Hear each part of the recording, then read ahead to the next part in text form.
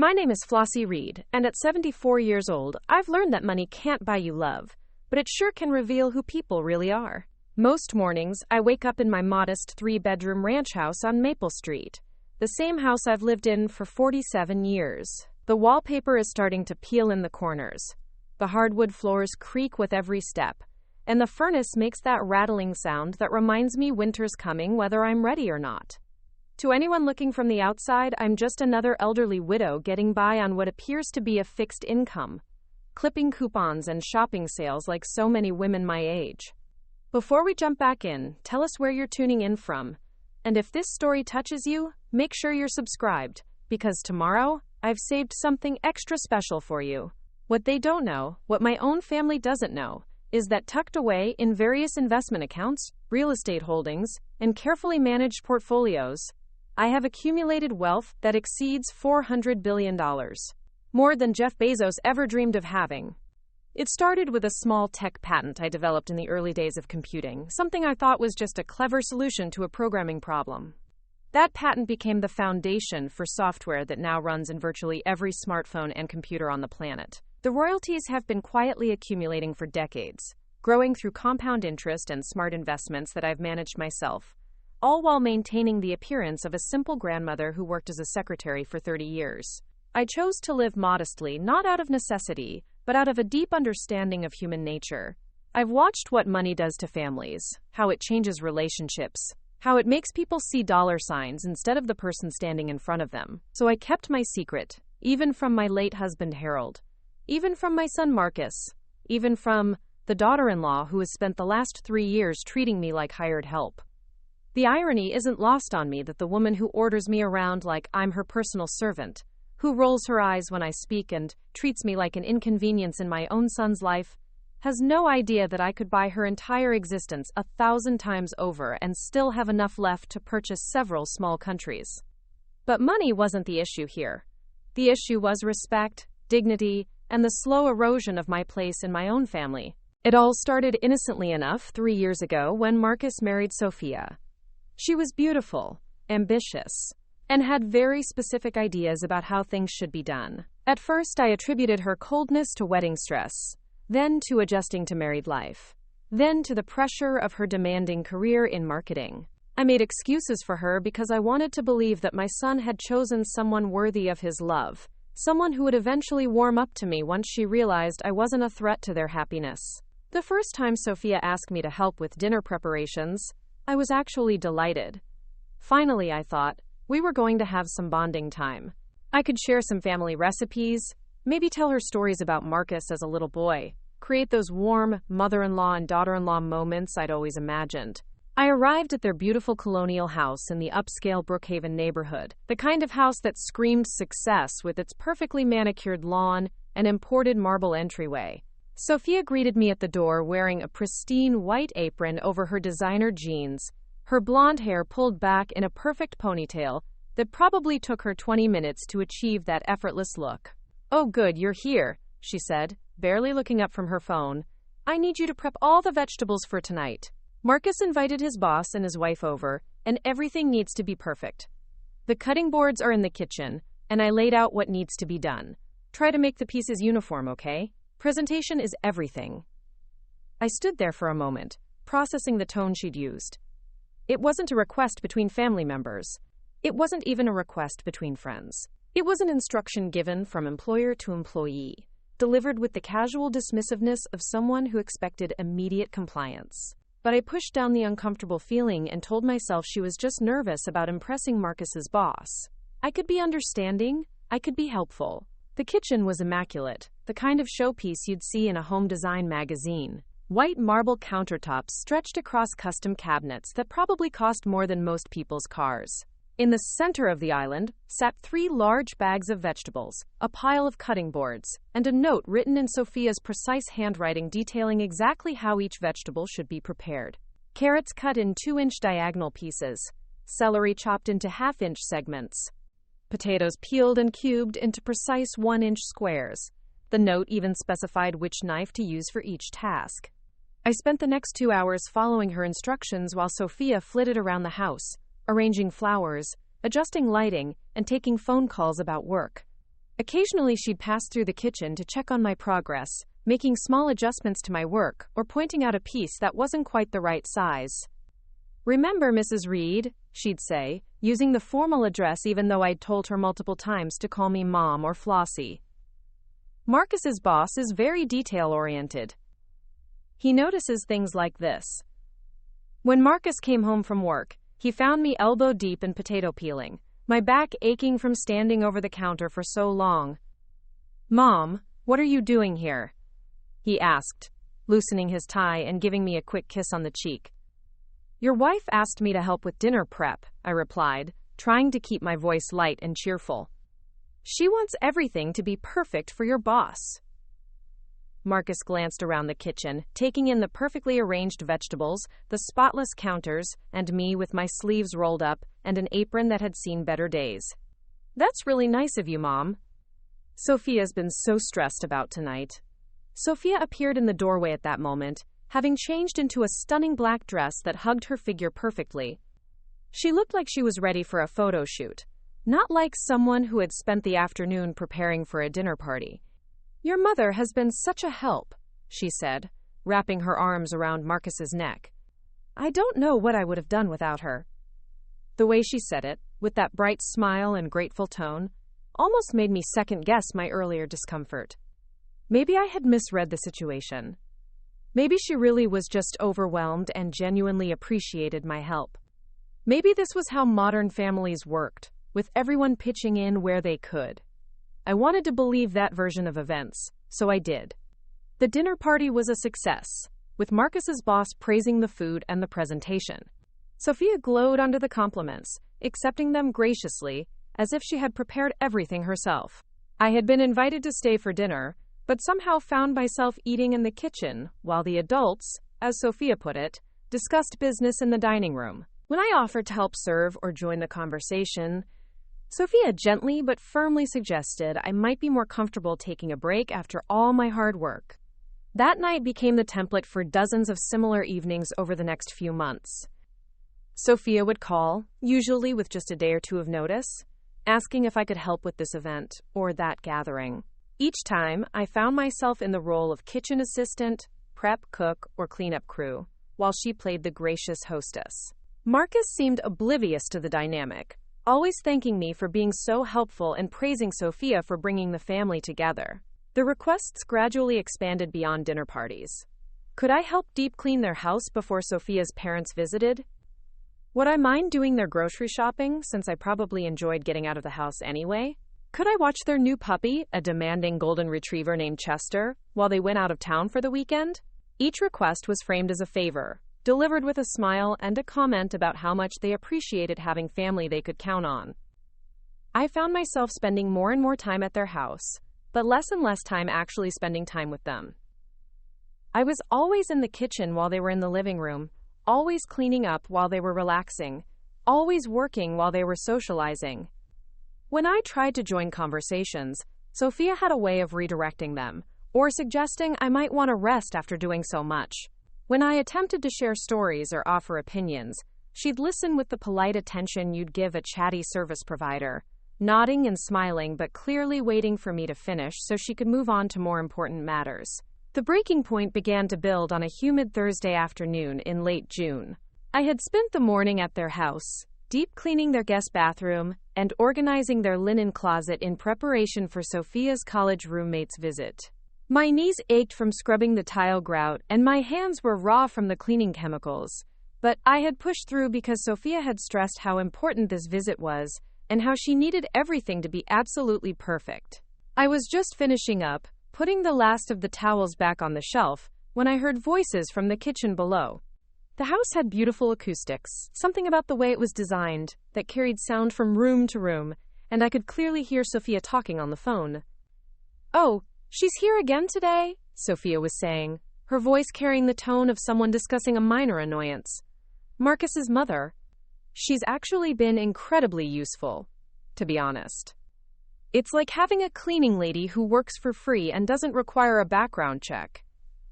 I froze, my hand still holding a washcloth halfway to the shelf.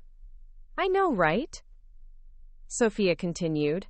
and I could hear her moving around the kitchen, probably preparing her usual afternoon smoothie. I mean, she seems to enjoy it, and it saves us a fortune in housekeeping costs. She does all the prep work for our dinner parties, handles the deep cleaning, even does grocery shopping. Marcus thinks it's so sweet that we're bonding, but honestly, it's just convenient. There was a pause, presumably while her friend responded. No, she doesn't expect payment or anything like that. I think she's just lonely and likes feeling useful. You know how old people get. And it's not like she has anything else to do with her time. Her house is tiny and boring, and she doesn't seem to have much of a social life. At least this way she gets to see a nice house and feel like she's part of something important.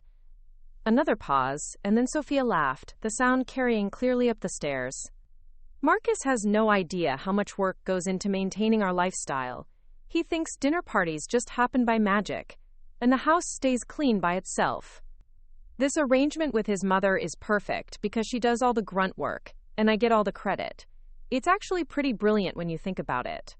I stood there in their perfectly organized linen closet, holding that washcloth and feeling something crack inside my chest.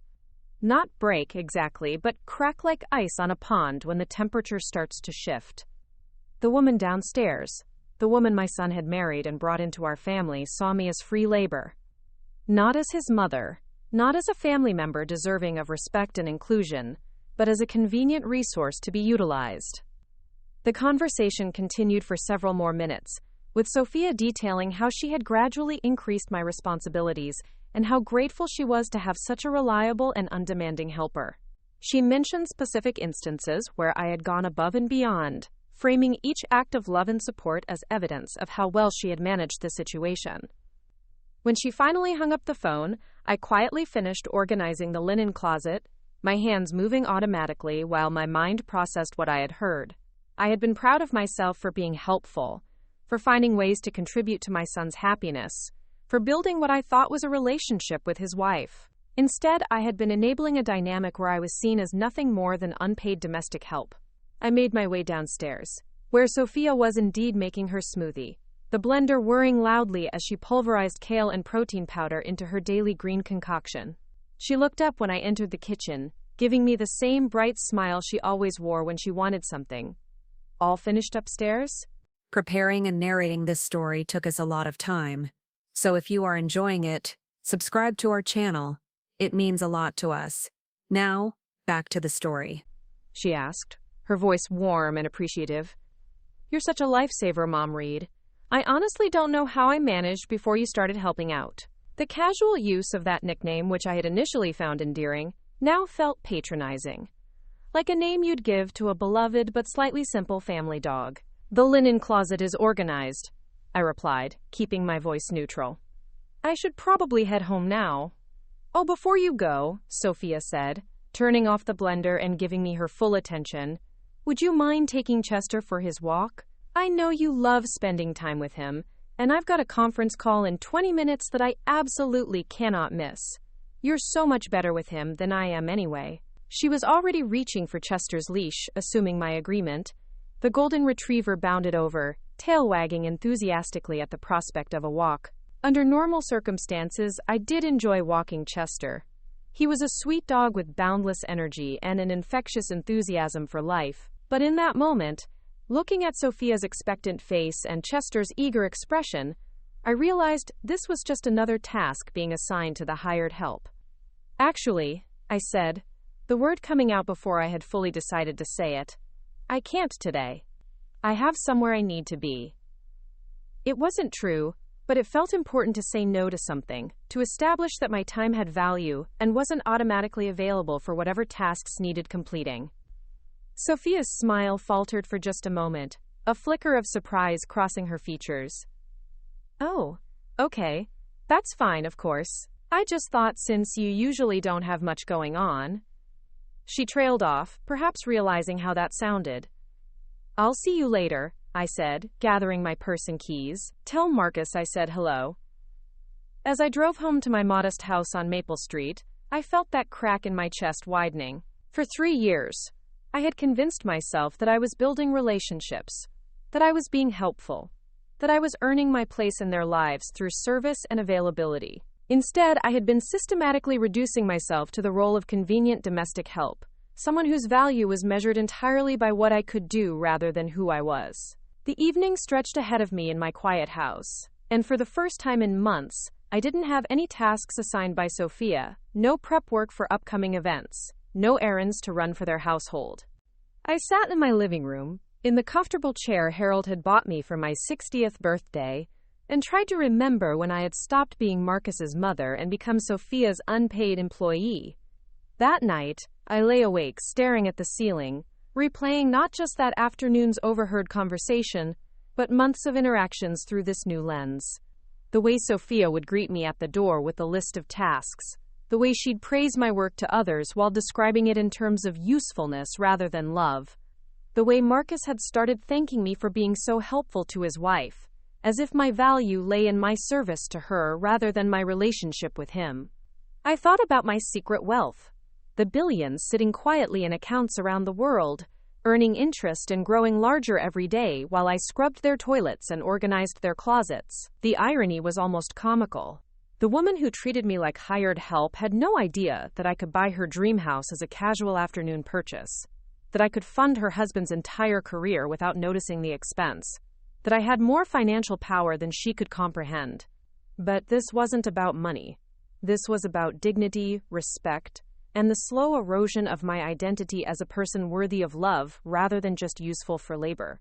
Money couldn't fix what was broken here. But maybe, just maybe, the confidence that came from knowing my true worth could help me find the strength to demand better treatment. The next morning, I woke up with a clarity I hadn't felt in years. Something fundamental had shifted during that sleepless night. Some internal compass had reset itself, and was now pointing toward a truth I had been avoiding. I couldn't continue this charade of pretending that being useful was the same as being valued. I couldn't keep enabling a dynamic that reduced me to nothing more than free domestic labor. As I made my morning coffee in my familiar kitchen, I looked around at my modest home with new eyes. The peeling wallpaper, the creaky floors, the rattling furnace suddenly seemed less like signs of limitations and more like choices I had made. Choices to live simply, to blend in, to avoid the complications that came with displaying wealth. But those choices had also led to a situation where my own family saw me as someone with nothing better to do, someone whose time had no value, because my lifestyle suggested I had no other options. I had spent so many years being careful not to let money define my relationships that I had swung too far in the other direction, allowing myself to be defined by my apparent lack of it. The woman who could fund space programs and buy islands was spending her days scrubbing grout and being grateful for the opportunity to be useful. The phone rang as I was finishing my coffee, and Sophia's name appeared on the caller ID. For a moment, I considered not answering, but curiosity won out. "Good morning, Mom Reed," came Sophia's cheerful voice. "I hope you're having a lovely day. I was wondering if you might be available this afternoon. We're having Marcus's colleague and his family over for a barbecue, and I could really use your help with the prep work. Nothing too strenuous, just chopping vegetables and setting up the outdoor table. You know how much better you are at those details than I am." There it was again, that tone that suggested she was doing me a favor by giving me something to do, that casual assumption that my time was freely available for whatever tasks she deemed necessary. The old Flossie would have said yes immediately, would have felt grateful to be included and useful. But the new Flossie, the one who had spent the night remembering who she really was beneath all that helpful subservience, found herself responding differently. "I'm sorry, Sophia, but I won't be able to help today," I said, keeping my voice pleasant but firm. There was a pause on the other end of the line, the kind of silence that suggested genuine surprise. "Oh," Sophia said finally, "is everything okay? You're not feeling well?" "I'm feeling fine," I replied. "I just have other plans." It wasn't entirely true, but it wasn't entirely false either. My plans involved reclaiming my sense of self-worth, which seemed like a worthwhile way to spend an afternoon. "Well, could you maybe shift your plans a little?" Sophia asked, her voice taking on a slightly sharper edge. "This barbecue is really important for Marcus's career, and I'm counting on your help. You know how overwhelmed I get when I try to handle everything myself." The manipulation was so transparent that I almost laughed. The suggestion that Marcus's career depended on my ability to chop vegetables, the implication that Sophia's well-being was my responsibility, the casual dismissal of whatever I might have planned in favor of her needs. "I'm sure you'll manage beautifully," I said. "You're very capable when you put your mind to it." Another pause, longer this time. "Mom Reed, I don't understand what's happening here. You've always been so helpful, so willing to pitch in. Is something wrong? Did I do something to upset you?" The concern in her voice sounded genuine, and for a moment, I wavered. Maybe I was overreacting. Maybe I had misunderstood that phone conversation yesterday. Maybe she really did value me as family and I was just being oversensitive. But then I remembered her laugh as she described how brilliant her arrangement with me was, how she got all the credit while I did all the grunt work. I remembered the casual way she had dismissed my time as worthless, my life as boring, my willingness to help as evidence of having nothing better to do. "Nothing's wrong, Sophia," I said gently. "I'm just learning to value my own time more. I hope your barbecue goes well." I hung up before she could respond, and immediately felt a mixture of anxiety and exhilaration. I had never said no to her before, never prioritized my own plans over her requests, never challenged the dynamic that had developed between us. It felt terrifying and liberating at the same time. Within an hour, Marcus called. "Mom, what's going on?" he asked without preamble. "Sophia called me at work, really upset. She says you refused to help with the barbecue today and that you were acting strange. Are you feeling all right?" The fact that Sophia had immediately called Marcus, painting herself as the victim of my unreasonable behavior, told me everything I needed to know about how she viewed our relationship. I wasn't family members having a disagreement. I was an employee who had suddenly become insubordinate. "I'm feeling fine, sweetheart," I told my son. "I just decided I had other things to do today." "But Mom, this barbecue is important. These are people from my firm and Sophia has been planning this for weeks. She's been counting on your help." "Has she?" I asked quietly. "Marcus, when was the last time Sophia and I just spent time together? When did we last have a conversation that wasn't about what she needed me to do for her?" There was silence on the other end of the line, and I could almost hear him thinking, trying to remember instances that would prove me wrong. "You help each other out," he said finally. "That's what family does."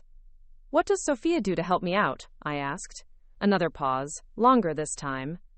"Well, she includes you in things. She invites you to events. She lets you be part of our lives, lets me be part of their lives. As if my presence was a privilege she granted, rather than a relationship I had a right to claim. As if being allowed to work for free, in exchange for minimal social interaction, was some kind of generous gift."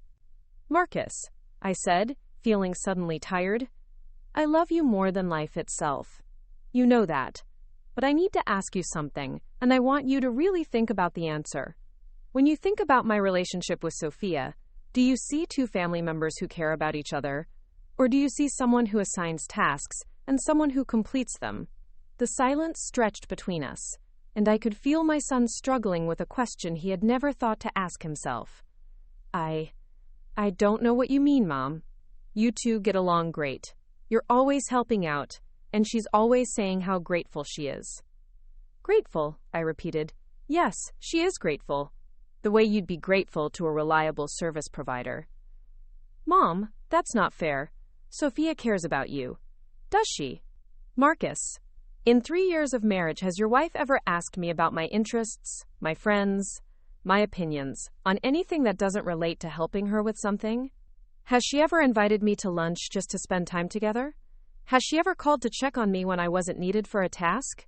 I could hear him breathing, could almost feel him rifling through his memories, looking for evidence that would contradict what I was saying.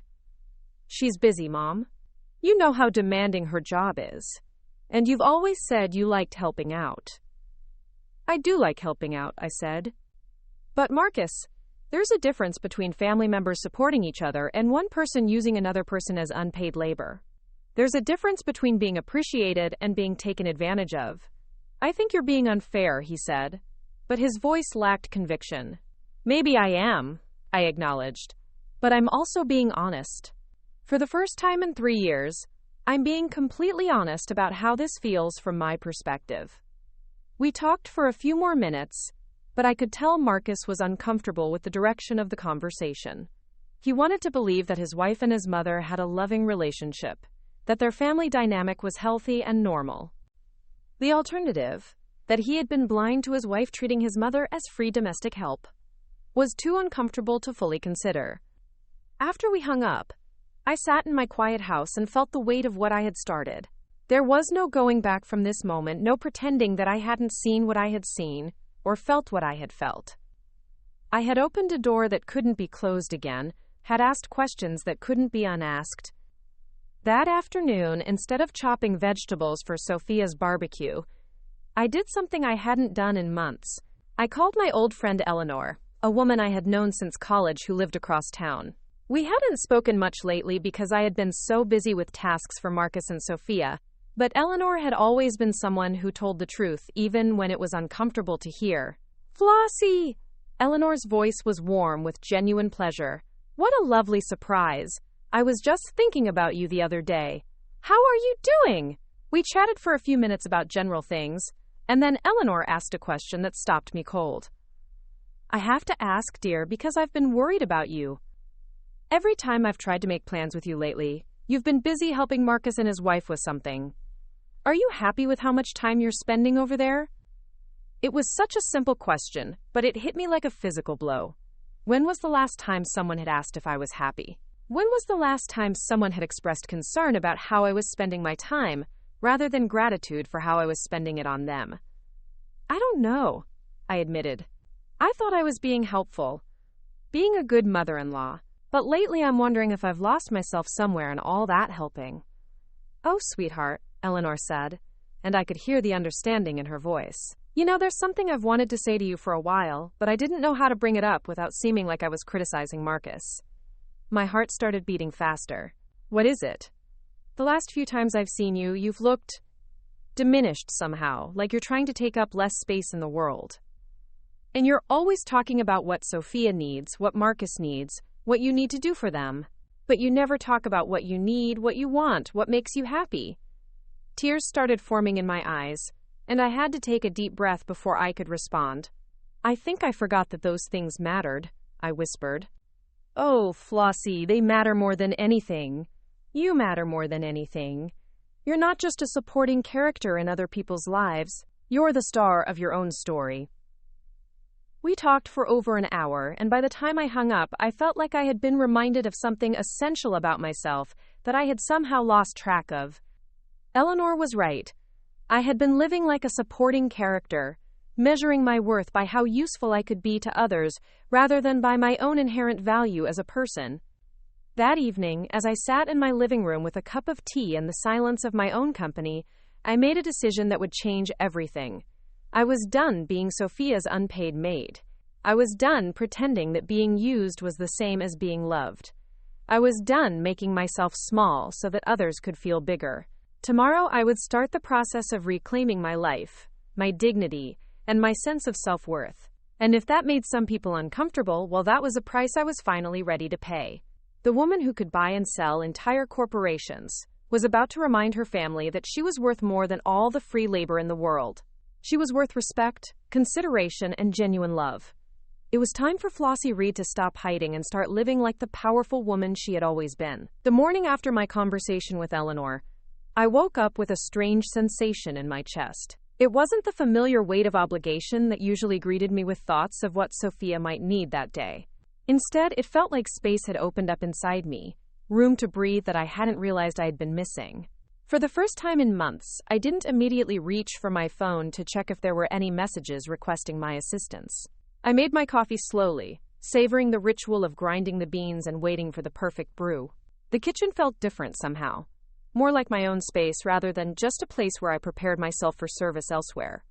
Through the window, I could see Mrs. Henderson next door tending to her rose garden, and I realized I couldn't remember the last time I had paid attention to my own small garden or even noticed what season it was beyond how it might affect Sophia's entertaining plans. The phone rang at precisely 9:30, and I knew without looking that it would be Sophia. She had developed a pattern over the months, calling me mid-morning, when she had finished her workout and green smoothie, but before she started her workday. Usually these calls began with cheerful inquiries about my health and plans, but quickly moved to requests for assistance with various household projects or social obligations. I let it ring 4 times before answering, a small act of rebellion that felt both petty and empowering. "Good morning, Sophia," I said, keeping my voice neutral but pleasant. "Mom Reed, thank goodness you answered," she said, and I could hear the relief in her voice. "I've been thinking about yesterday, and I feel terrible about how we left things. I think there might have been some misunderstanding." The word misunderstanding struck me as particularly telling. Not an acknowledgement that she might have been wrong or inconsiderate, but a suggestion that I had simply failed to understand something correctly. "I don't think there was any misunderstanding," I replied calmly. "I simply wasn't available to help yesterday." "Right, and that's completely fine, of course," Sophia said quickly. "I just want you to know that your help means so much to us, and I'd hate for you to think we don't appreciate everything you do. You're such an important part of our family." There it was again, the framing of my value in terms of what I did rather than who I was. Important because of my usefulness, appreciated for my contributions, valued for my availability. "Thank you," I said simply, offering nothing more. The silence stretched between us, and I could almost hear Sophia recalibrating her approach. "Actually," she continued, her voice brightening with what sounded like inspiration, "I had the most wonderful idea. What if we planned a special day together, just the 2 of us? We could go shopping, maybe have lunch at that lovely bistro downtown. My treat, of course. I feel like we haven't had enough quality time together lately." It was a generous offer, the kind of gesture that the old Flossie would have accepted gratefully, seeing it as evidence that Sophia did care about our relationship. But I found myself analyzing the timing, the context, the way it was presented as something I should be grateful for, rather than something she genuinely wanted to do. "That's very thoughtful of you," I said, "but I'm curious about something. In the 3 years you've been married to Marcus, how many times have you suggested we spend time together just for the pleasure of each other's company?" Another pause, this one longer and more uncomfortable. "Well, we spend lots of time together," Sophia said, her voice taking on a slightly defensive edge. "You're at our house several times a week." "Yes, but when I'm there, what am I usually doing?" "You're helping out, being part of the family, contributing to our household. And what are you usually doing while I'm helping out?" I could hear her breathing, could sense her growing discomfort with the direction of this conversation.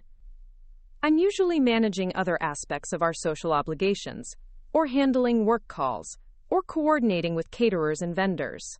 There's a lot that goes into maintaining our lifestyle, Mom Reed." "I'm sure there is," I said gently. "But Sophia, do you see how that creates a dynamic where I'm working while you're managing, where I'm providing labor while you're providing supervision?" "That's not how I see it at all," she said, her voice becoming sharper. "I see it as family members supporting each other. I see it as you being involved in our lives, being needed and valued. Needed for what, specifically?" The question hung in the air like a challenge, and I could feel Sophia struggling with how to answer it without admitting what we both knew to be true. "Needed for your wisdom, your experience, your—" She trailed off, unable to complete the thought without acknowledging that what she really needed was my free labor. "Sophia," I said, making my voice as kind as possible, "I think we should be honest with each other. You need me to help with cooking, cleaning, organizing, and various household tasks. I provide those services without charge and with minimal complaint. That's a valuable arrangement for you, and I understand why you'd want to maintain it." "It's not just about the tasks," she protested. "It's about family. It's about being close." "Is it? Because yesterday, when I told you I wasn't available to help with your barbecue, your immediate response was to call Marcus at work to complain about my behavior. Does that sound like the response of someone who values me as family, or someone who's frustrated with an employee who isn't meeting expectations?" The silence that followed was deafening. I could hear traffic in the background on her end, the sound of normal life continuing while we sat with this uncomfortable truth between us. "I think you're being unfair," she said finally, her voice small and defensive. I've always tried to include you, to make you feel welcome in our home. You've included me as a worker, Sophia. There's a difference between being welcome as family and being welcome as free help. That's not true, she said, but even she seemed to hear how hollow the protest sounded. Isn't it? Tell me about the last conversation we had that wasn't related to something you needed me to do. Tell me about the last time you asked my opinion on something that mattered to you, or shared something personal about your life, or showed interest in my thoughts and feelings about anything other than my availability to assist with your projects. I waited, giving her time to think, to remember, to find evidence that would contradict what I was saying. But the silence stretched on, growing heavier with each passing second. I care about you, she said finally, her voice barely above a whisper. I believe you do, in your way, I replied. But caring about someone and valuing them as an equal are different things. Caring about someone and seeing them as a whole person with their own needs and interests are different things. What do you want from me? She asked, and for the first time, I heard genuine uncertainty in her voice, rather than the confident manipulation I had grown accustomed to. I want you to see me as Marcus's mother, not as your household assistant. I want you to consider my time as valuable, not automatically available for whatever tasks you need completed. I want you to think about what you can offer me in our relationship, not just what you can get from me. I don't know how to do that, she admitted, and the honesty in that statement was more revealing than any excuse she could have made. Then perhaps that's something you need to figure out, I said gently, because the current arrangement isn't working for me anymore. After we hung up, I sat in my kitchen for a long time, processing what had just happened. I had never spoken to Sophia so directly before, had never challenged the dynamic between us so explicitly. It felt both terrifying and liberating to finally name what had been happening, to stop pretending that exploitation dressed up as family obligation was something I should be grateful for. Around noon, Marcus called, and his tone was different from the previous day's conversation. He sounded tired, confused, and slightly irritated. Mom, I just got off the phone with Sophia. She's really upset. She says you're accusing her of using you, and she doesn't understand what's changed or what she's done wrong. What did she tell you about our conversation? I asked. She said you basically told her that she only values you for housework, and that you don't want to help our family anymore. She's really hurt, Mom. She was crying. I closed my eyes, feeling the familiar pull of guilt and the desire to smooth things over, to apologize for causing distress, to go back to the comfortable pattern of being useful and undemanding. But I also felt something else, something newer and stronger, a refusal to be manipulated by tears and accusations of unfairness. Marcus, can I ask you something? In the past year, how often have Sophia and I interacted in ways that didn't involve me providing some kind of service or assistance? What do you mean? I mean, when was the last time she called me just to chat? When did we last spend time together doing something I enjoyed? When has she ever asked for my advice about something important, or shared her thoughts about a book or movie, or inquired about my interests and hobbies? There was a long pause as Marcus considered this. You help each other out, he said finally. That's what families do. What does she do to help me out, Marcus? Another pause, longer this time. Well, she includes you in our social events. She makes sure you're part of our celebrations. As a worker or as a guest? Mom, you're being really unfair right now. Sophia works hard to maintain our home and our social connections. She's under a lot of pressure at her job, and yes, she appreciates your help, but that doesn't mean she's using you. Marcus, I want you to think about something. If Sophia hired someone to do all the tasks I've been doing, cooking for parties, deep cleaning, organizing, shopping, pet care, what would she expect to pay them? That's different. Your family. Am I? Or am I free labor that happens to be related to her husband? Mom, you're twisting everything. You've always said you enjoyed helping out. I did enjoy it at first. I enjoyed feeling useful and needed. But somewhere along the way, being useful became the only way I was valued. Being needed became the only way I belonged. I could hear Marcus breathing heavily, could sense his frustration with a conversation that was forcing him to examine things he preferred not to think about. "What do you want me to do?" he asked finally. "Sophia is my wife, I love her. But you're my mother and I love you too. I don't understand why this has to be a conflict." "It doesn't have to be a conflict," I said. "But it does require some changes in how we relate to each other. I can't continue being treated as unpaid domestic help while pretending it's a loving family relationship." "So what are you saying? You won't help us anymore?" The question revealed so much about how he viewed the situation. Not that I wouldn't be treated as family, not that I wanted more balanced relationships, but that I wouldn't provide free services anymore. I'm saying that I want to be valued for who I am, not just for what I can do. I'm saying that I want relationships based on mutual respect and genuine care, not just on my availability to solve other people's problems. "I don't know what that looks like," Marcus admitted, and the confusion in his voice was genuine. "Neither do I, exactly," I replied. "But I know it starts with recognizing that my time and energy have value, and that love isn't measured by how much inconvenience you're willing to accept or how many tasks you're willing to complete." We talked for a few more minutes, but I could tell Marcus was struggling to understand my perspective. He had grown up in a world where women, particularly older women, were expected to find fulfillment through service to others. The idea that I might want something different, that I might value my own needs and interests, seemed to be a foreign concept. After we hung up, I realized that this was about more than just my relationship with Sophia. This was about a lifetime of conditioning that had taught me to measure my worth by my usefulness, to find my identity in what I could provide for others, rather than in who I was as an individual. I thought about the billions of dollars sitting in my investment accounts, about the financial power I wielded invisibly while scrubbing floors and organizing closets. The contrast was so absurd it was almost funny. I had the resources to change the world, to fund research and charity and innovation on a scale that few people could imagine, but I had been spending my time arguing with my daughter-in-law about whether my labor was appreciated enough. That afternoon, I did something I hadn't done in months. I called my financial advisor, a discreet and highly competent woman named Patricia, who managed my investments and had been instructed never to reveal the extent of my wealth to anyone, including my family. "Mrs. Reed," Patricia's voice was warm with professional friendliness. "How lovely to hear from you. How can I help you today?" "Patricia, I want to do something different with some of my resources. Something visible. Something that will make a statement about who I am and what I value." "Of course. Did you have something specific in mind?" I had been thinking about this since my conversation with Marcus, about ways to reclaim my identity as someone with agency and power, rather than just availability and usefulness.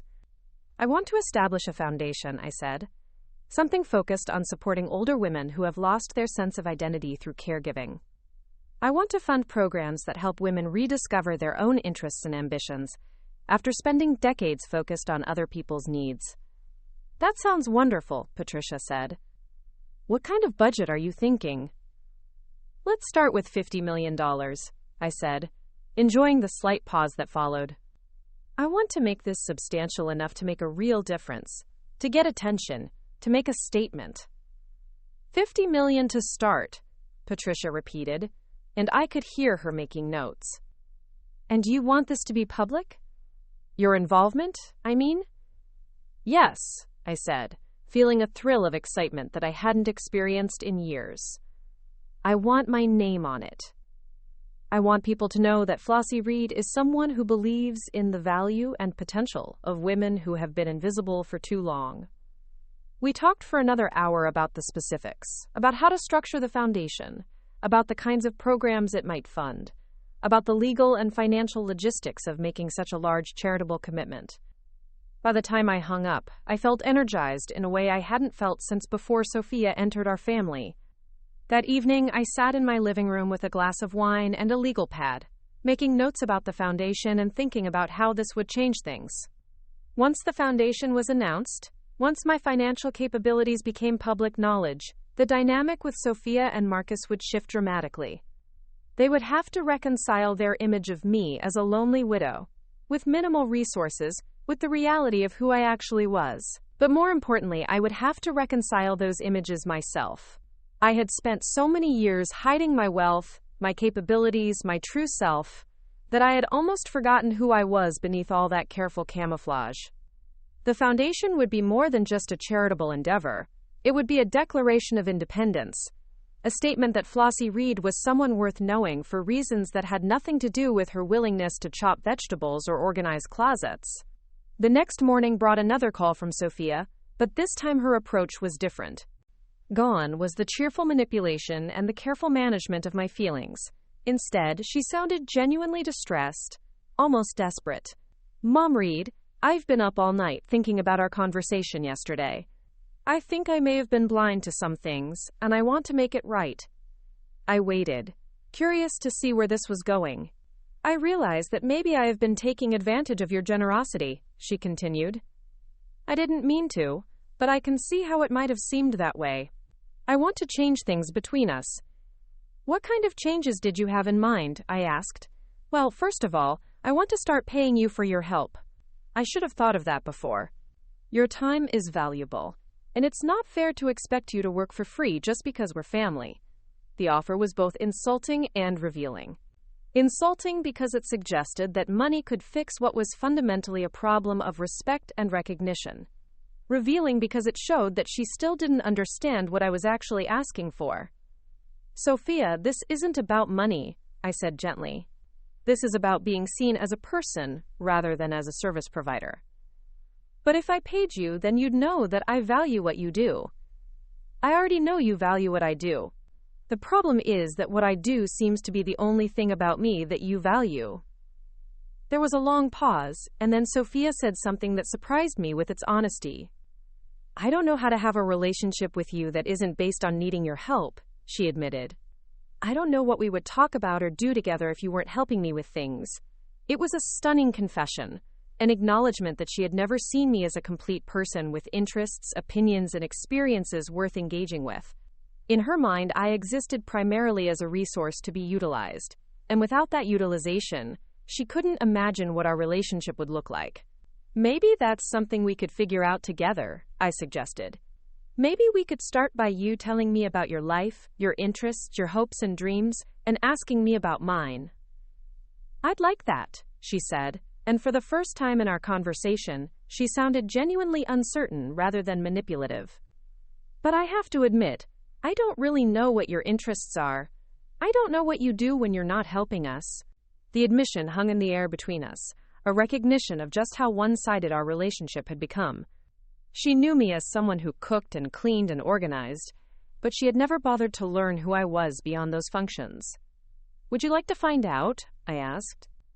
"Yes," she said quietly. "I would." It wasn't a solution, but it was a beginning. For the first time in 3 years, Sophia was acknowledging that there might be more to me than my usefulness, that I might have value as a person rather than just as a provider of services.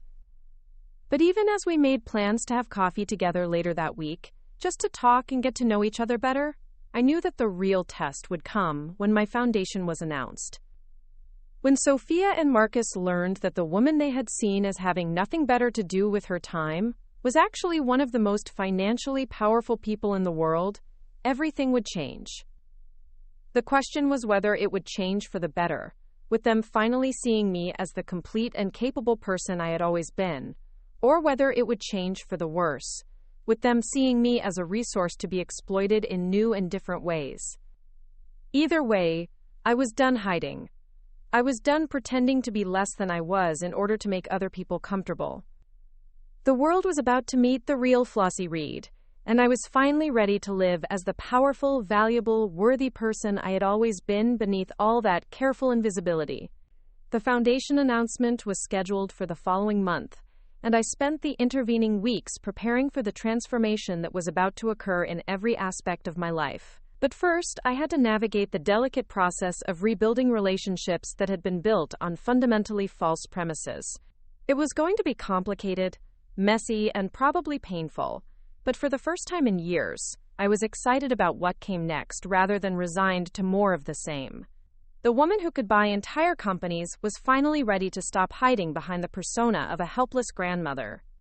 It was time for everyone, including myself, to discover what Flossie Reed was really capable of, when she stopped making herself small to fit into other people's limited expectations. The coffee shop Sophia chose for our first real conversation was one of those deliberately rustic places with exposed brick walls and baristas who took longer to make your drink than it took most people to get dressed in the morning.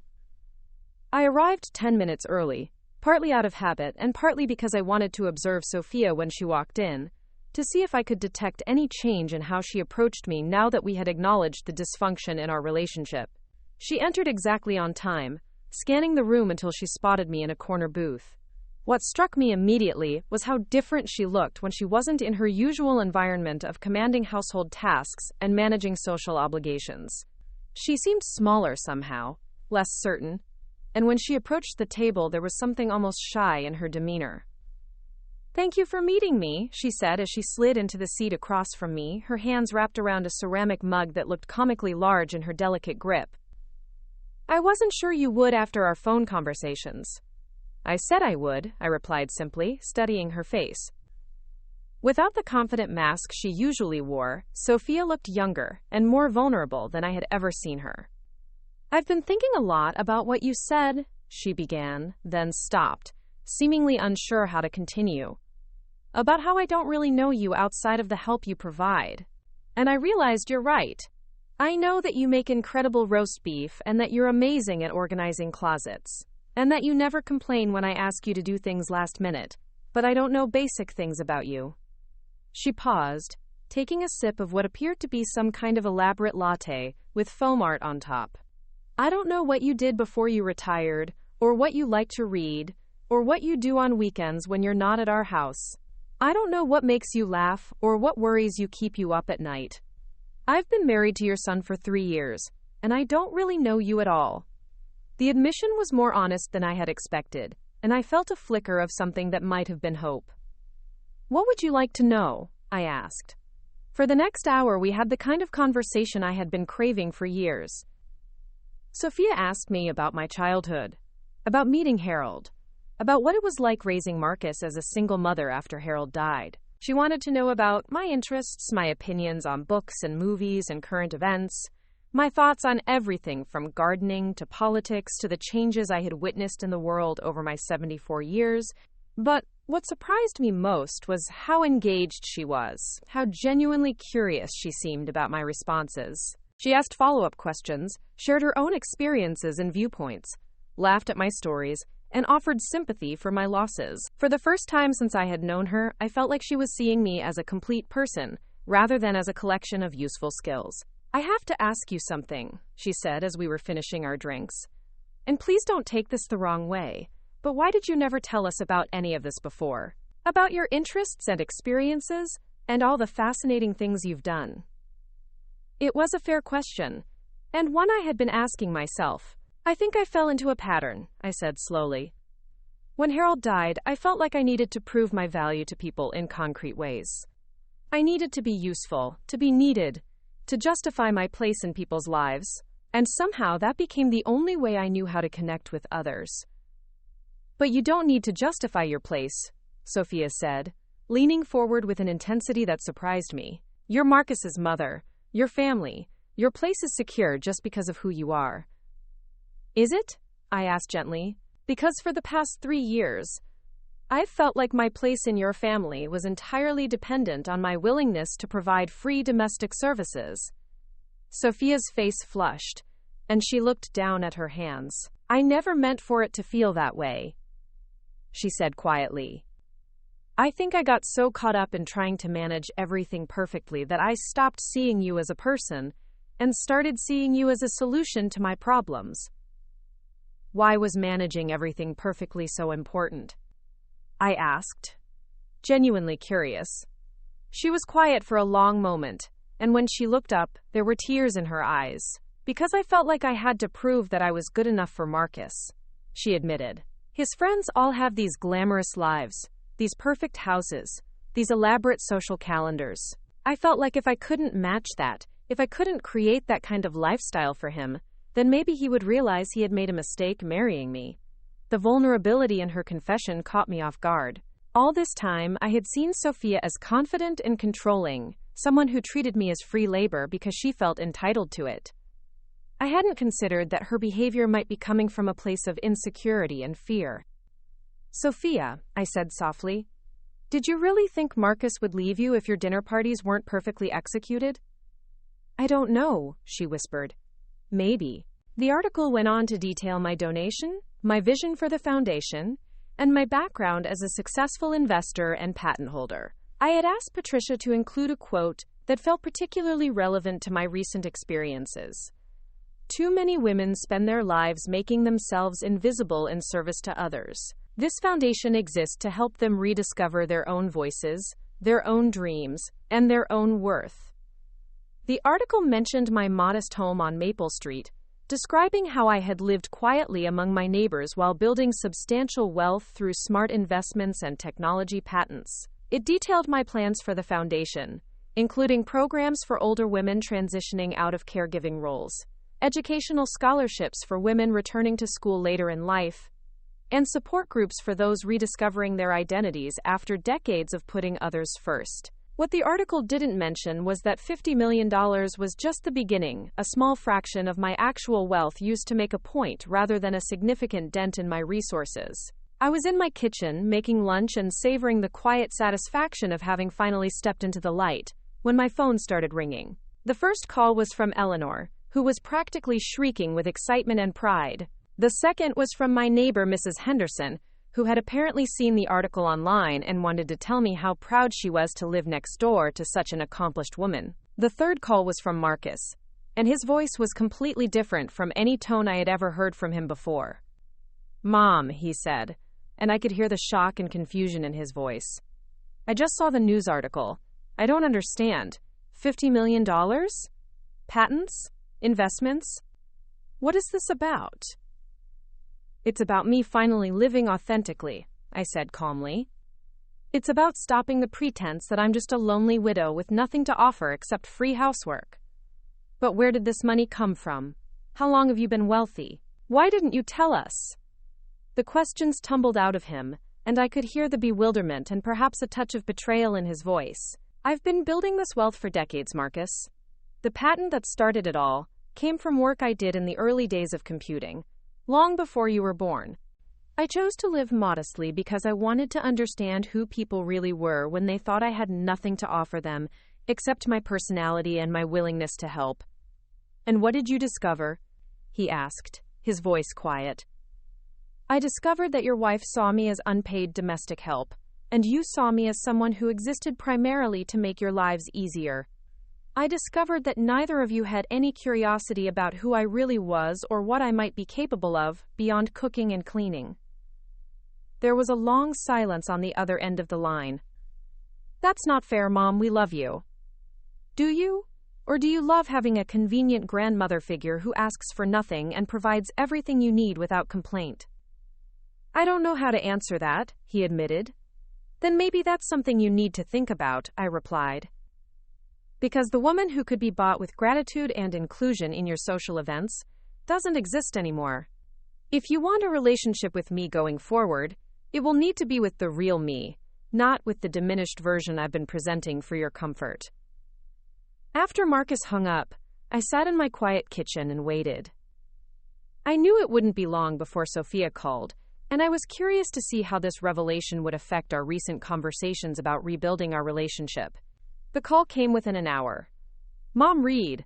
Sophia's voice was breathless, almost panicked. "I just talked to Marcus. I just saw the article. I don't understand what's happening." "What don't you understand? You're worth more than $50 million? You've been wealthy this whole time while I've been treating you like... She trailed off, unable to finish the sentence. "While you've been treating me like what, Sophia? Like someone who had nothing better to do than clean my house and organize my parties," she whispered. "Yes," I said simply. "That's exactly what you've been doing." "But why didn't you tell us? Why did you let us think you were just getting by on a fixed income?" "Because I wanted to see who you really were. I wanted to understand whether you valued me as a person or just saw me as a convenient resource."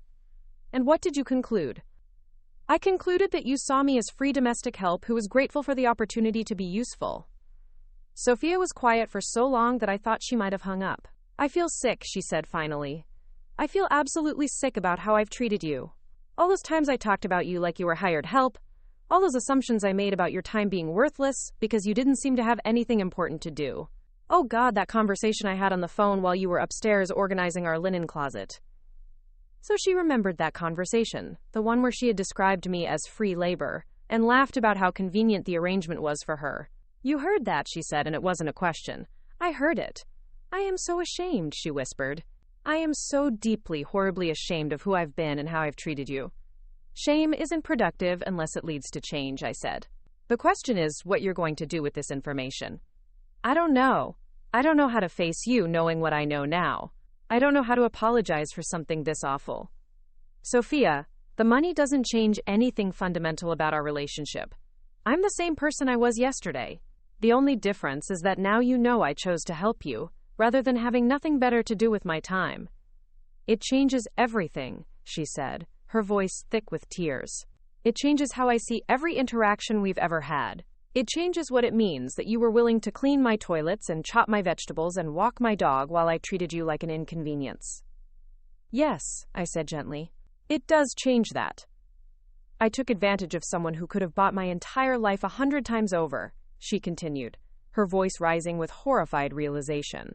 I treated someone with more resources than I could imagine, like she was desperate for my scraps of attention and inclusion. You treated me exactly the way you would have treated any woman you perceived as having no power and no alternatives, I corrected. The money doesn't make the behavior worse, Sophia. The behavior was always wrong.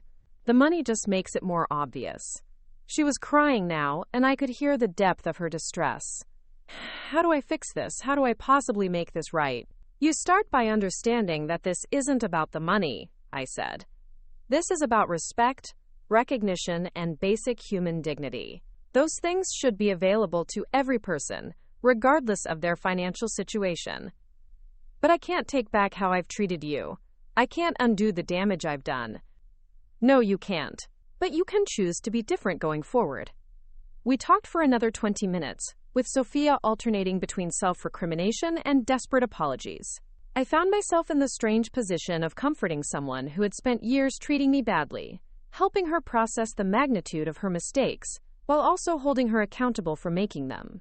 When we finally hung up, I felt drained, but also oddly hopeful. For the first time, Sophia was seeing me clearly, understanding the full scope of what our relationship had been, and taking responsibility for her role in creating it. The next few days brought a flood of responses to the foundation announcement. I received calls from journalists wanting to interview me, from other wealthy individuals interested in similar charitable work, from organizations hoping to partner with my foundation. My quiet life on Maple Street was suddenly filled with meetings, phone calls, and planning sessions. But the most significant response came from my family. Marcus and Sophia requested a meeting, asking if they could come to my house to talk about everything that had happened and everything that needed to change. I agreed, curious to see how they would approach me now that they understood who they were really dealing with. They arrived on a Saturday afternoon, both looking nervous and uncertain in a way I had never seen before. Marcus kept glancing around my modest living room, as if seeing it for the first time, perhaps wondering what other secrets might be hidden behind my carefully maintained facade of ordinariness. Mom, Marcus began, his voice careful and formal.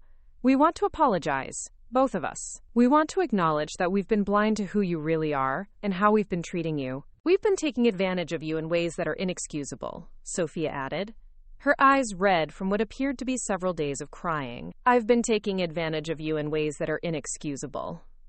I looked at these two people, my son and his wife, sitting in my living room and finally seeing me as something other than a convenient grandmother figure. It was what I had wanted, but it felt strange and overwhelming to be on the receiving end of such intense attention and remorse. I appreciate the apologies, I said, but what I really want to know is what you've learned from this experience. Marcus shifted uncomfortably in his chair. I've learned that I made assumptions about you based on how you presented yourself, he said. I assumed that because you lived modestly and seemed happy to help out, you didn't have other things you'd rather be doing or other aspects to your identity that I should be curious about. And I've learned that I treated you terribly, Sophia added. I've learned that I saw you as a resource to be used rather than as a person to be respected. I've learned that my insecurities and fears about fitting into Marcus's world led me to exploit your kindness in ways that were selfish and cruel. Those are important realizations, I said. But what are you going to do differently going forward? They looked at each other, and I could see that they had discussed this question extensively. We want to start over, Marcus said. We want to build a relationship with you based on who you really are, not on what we need from you. We want to get to know you, Sophia added. The real you. We want to understand your interests, your goals, your opinions, on things that matter to you. We want to spend time with you doing things you enjoy, not just things that serve our needs. And we never want to take your help for granted again, Marcus continued. If we ask for assistance with something, we want it to be a genuine request between equals, not an assumption that your time is freely available. It sounded good, but I had learned to be cautious about promises made in moments of shame and regret. That all sounds wonderful, I said, but I think it's important for you to understand that this experience has changed me too. I'm not going to go back to being the accommodating, undemanding person I was before.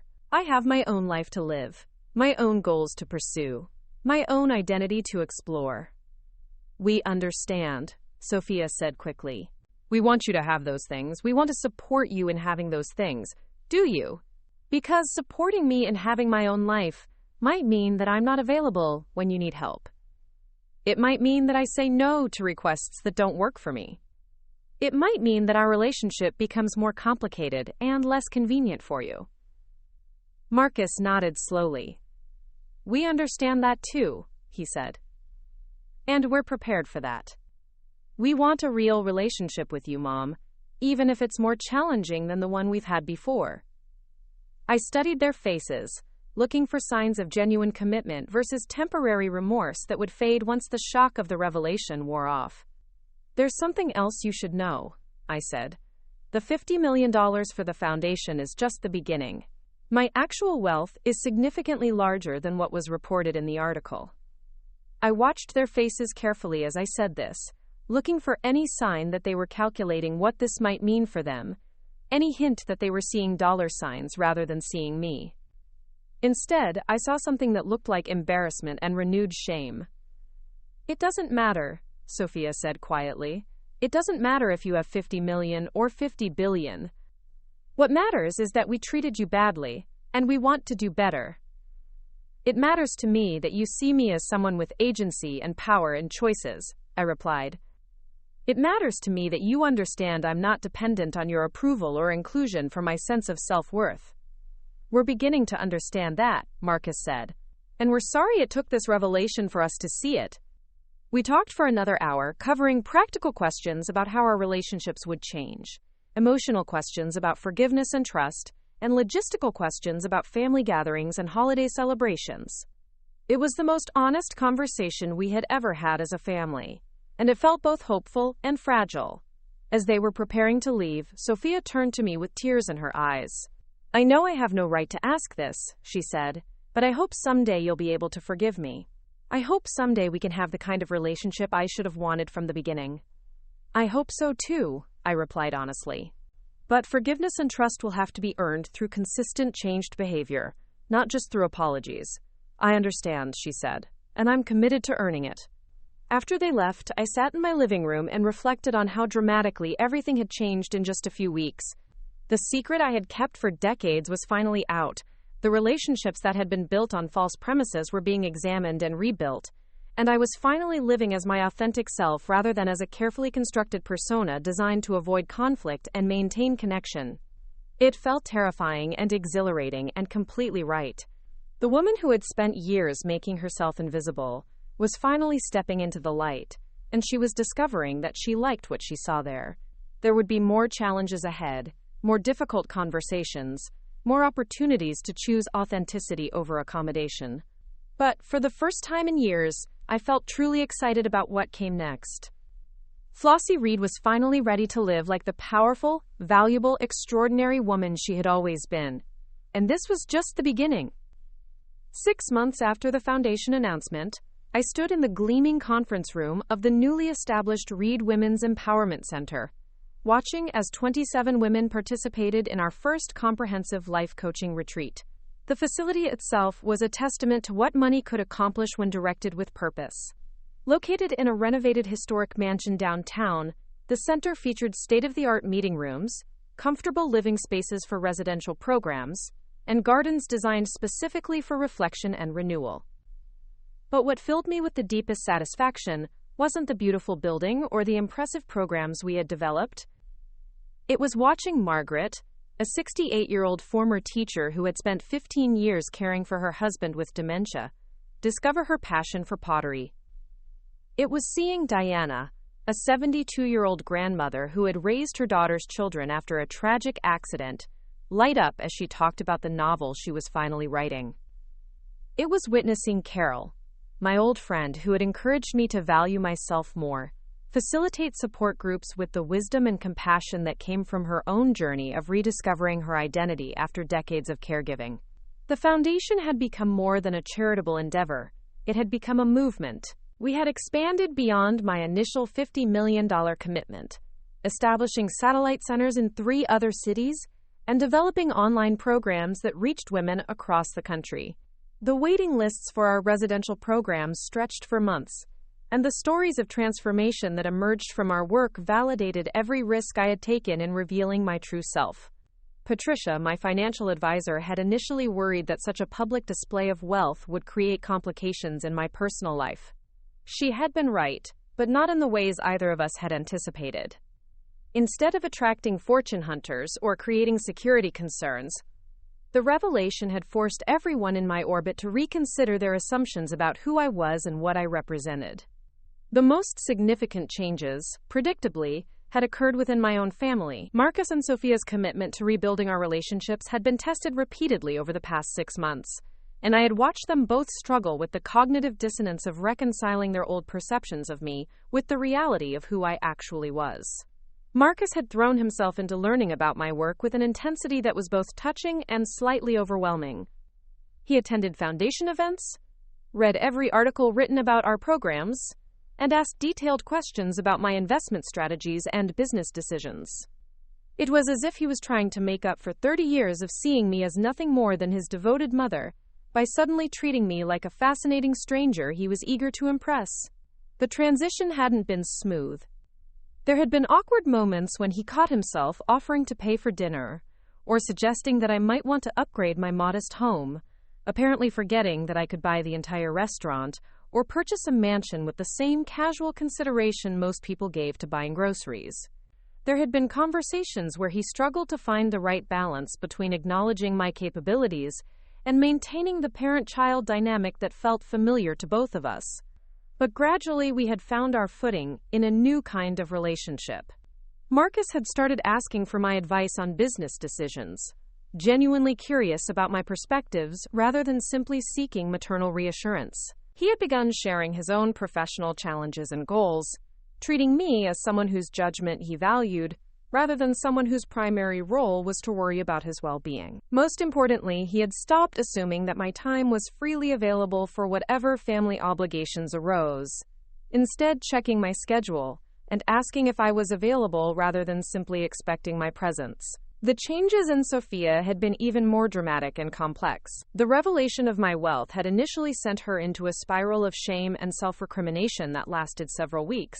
She had called me multiple times a day, alternating between desperate apologies and equally desperate attempts to somehow atone for her past behavior. She had offered to pay me retroactively for all the work I had done, to take over organizing family events so I wouldn't have to worry about them, to completely restructure our relationship according to whatever terms I dictated. It had taken considerable patience and several firm conversations to help her understand that what I wanted wasn't her servitude in reverse, but rather a genuine partnership based on mutual respect and authentic care. The process of rebuilding trust had been slow and often frustrating, requiring both of us to unlearn patterns of interaction that had become deeply ingrained over 3 years of dysfunction.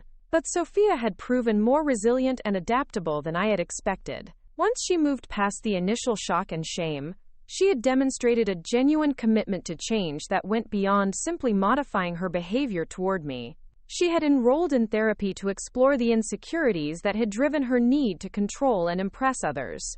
She had started volunteering with one of our foundation programs, working with women who were transitioning out of caretaking roles and discovering her own gifts for listening and emotional support. Most surprisingly, she had begun to relax her rigid standards for entertaining and social presentation. The dinner parties that had once required days of elaborate preparation and my unpaid labor had been replaced by casual gatherings, where the focus was on conversation and connection, rather than impressive displays of domestic perfection. She had even started hosting potluck dinners where guests contributed dishes, something the old Sophia would have considered a social failure, but the new Sophia embraced as a way to create more inclusive and collaborative celebrations. The transformation in our relationship had culminated in an invitation I received just 2 weeks earlier. Sophia had called to ask if I would be interested in co-hosting a fundraising event for the foundation, using her social connections and event planning skills to support my charitable work. It was the first time she had ever offered to use her talents in service of something I cared about, rather than asking me to use my labor in service of her goals. The event had been scheduled for this evening, and as I prepared to leave the foundation center and return home to get ready, I reflected on how different my life had become since that afternoon 6 months ago, when I had overheard Sophia describing me as free domestic help. The house on Maple Street remained my primary residence, but it no longer felt like a symbol of limitation or invisibility. I had renovated extensively, not to impress anyone but to create a space that truly reflected my interests and priorities. The kitchen had been modernized with professional-grade appliances that I actually used for my own cooking experiments, rather than for preparing elaborate meals for other people's events. The living room had been redesigned around a beautiful library area where I could display the extensive collection of books I had been accumulating but never had time to properly organize. The garden had been expanded and landscaped to include meditation spaces and artistic elements that brought me daily joy, but perhaps the most significant change was the home office I had created in what used to be Harold's workshop. The space now housed multiple computer monitors where I could track my investments, communicate with the foundation staff, and manage the various business ventures I had begun exploring. The walls were covered with charts tracking the foundation's impact, photographs from our programs, and awards we had received for our innovative approaches to women's empowerment. As I drove home that afternoon, my phone rang with a call from Dr. Sarah Chen, the executive director I had hired to oversee the foundation's daily operations. Sarah was a brilliant woman in her early 40s who had previously run similar programs for several major nonprofits, and her expertise had been instrumental in scaling our work beyond what I could have managed alone. "Flossie, I wanted to give you a quick update before tonight's event," Sarah said, her voice warm with the enthusiasm that had convinced me to hire her. "We just received confirmation that the Peterson Family Trust wants to contribute $2 million to expand our residential programs. Apparently, Mrs. Peterson's mother participated in our pilot program last month and had such a transformative experience that they want to help us reach more women." "That's wonderful news," I replied, feeling the familiar surge of satisfaction that came from seeing our work create ripple effects of positive change. "What did Mrs. Peterson's mother say about her experience?" "She told her daughter that for the first time in 40 years, she remembered that she was more than just someone's caretaker. She said our program helped her rediscover parts of herself that she thought were gone forever." I had to pull over for a moment, overcome by the emotional impact of hearing how our work was affecting real lives. This was exactly what I had hoped to accomplish when I established the foundation, but hearing concrete examples of transformation never failed to move me deeply. "Sarah, before tonight's event, I want to discuss expanding our programs even further. I've been thinking about establishing an endowment that would ensure our work can continue indefinitely, regardless of economic fluctuations or changes in philanthropic priorities. How large of an endowment were you considering?" Sarah asked, and I could hear her shifting into planning mode. "I was thinking we could start with $500 million, I said casually, enjoying the brief silence that followed. $500 million, Sarah repeated slowly. "Flossie, that would make us one of the largest women's empowerment foundations in the country." "Good," I replied. "There's a lot of work to be done." When I arrived home, I found an unexpected car in my driveway. Marcus was sitting on my front porch, still wearing his work clothes, but with a relaxed expression that suggested he wasn't there because of any crisis or urgent need. "This is a pleasant surprise," I said as I approached the house. "What brings you by?" "I wanted to talk to you before tonight's event," he said, standing up and giving me a hug that felt genuine rather than obligatory. "And I realized that it's been a while since I just stopped by to see how you're doing, without any particular agenda or request. It was a small thing, but it represented exactly the kind of change I had been hoping to see." The old Marcus would never have thought to check on me simply because he cared about my well-being, rather than because he needed something from me. We sat on the porch swing I had installed during the renovations, looking out at the garden that had become one of my greatest sources of daily pleasure. "Mom, can I ask you something?" Marcus said after we had been sitting quietly for a few minutes. "Of course. Do you ever regret not telling us about your wealth earlier? Do you ever wonder how things might have been different if we had known from the beginning?" It was a question I had been expecting, and one I had thought about extensively. "I don't regret it," I said slowly, "because knowing who you really are when people think you have nothing to offer them is valuable information. It taught me things about myself and about relationships that I never would have learned otherwise." "What kinds of things?" "I learned that I had been measuring my worth by my usefulness for so long that I had forgotten I had any other value. I learned that I was capable of much more than I had been allowing myself to attempt. I learned that real love isn't dependent on what you can provide for someone else." Marcus nodded thoughtfully. "I've been thinking about that a lot lately," he said. "About the difference between loving someone for who they are and loving them for what they do for you. I'm ashamed to admit that I think I confused those things for a long time." "We all did," I replied. "It's a common mistake, especially in families where women are expected to find fulfillment through service to others." "Can I tell you something?" Marcus asked, his voice becoming more serious. "Always. I'm proud of you, not just for what you've accomplished financially, or for the foundation, or for any of the impressive things you've done. I'm proud of you for standing up for yourself, for demanding better treatment, for refusing to accept a relationship that wasn't serving you." The words hit me more deeply than I had expected, and I felt tears beginning to form in my eyes. "That means more to me than you know," I said softly. "I know I didn't make it easy for you," Marcus continued. "I know I was blind to what was happening, and I know I should have protected you from being treated the way Sophia was treating you. I should have seen it, and I should have spoken up." "You're seeing it now," I said. "That's what matters. I love you, Mom, not for what you can do for me, but for who you are. I hope you know that." "I'm learning to believe it," I replied honestly. We sat together for another hour, talking about the foundation, about his work, about our plans for the upcoming holidays. It was the kind of easy, unstructured conversation that I had missed more than I had realized. The kind of interaction that happens when people genuinely enjoy each other's company, rather than simply fulfilling obligations or meeting needs. When it was time for me to get ready for the evening's event, Marcus helped me carry some materials from my car and then lingered in the doorway, as if he was reluctant to leave. "Mom, there's one more thing," he said. "Tonight, at the fundraiser, I want you to know that Sophia and I will be there as your supporters, not as people who are trying to make up for past mistakes or prove that we've changed. We're there because we believe in what you're doing and we want to help." "I appreciate that," I said. "And I appreciate the distinction." The fundraising event that evening exceeded every expectation I had dared to have. Sophia had transformed the ballroom of the downtown Marriott into an elegant but welcoming space that perfectly captured the Foundation's mission of empowering women to reclaim their identities and pursue their dreams.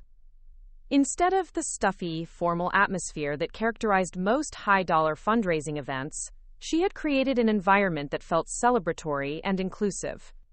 The evening began with a cocktail reception where guests could view displays showcasing the stories and achievements of women who had participated in our programs.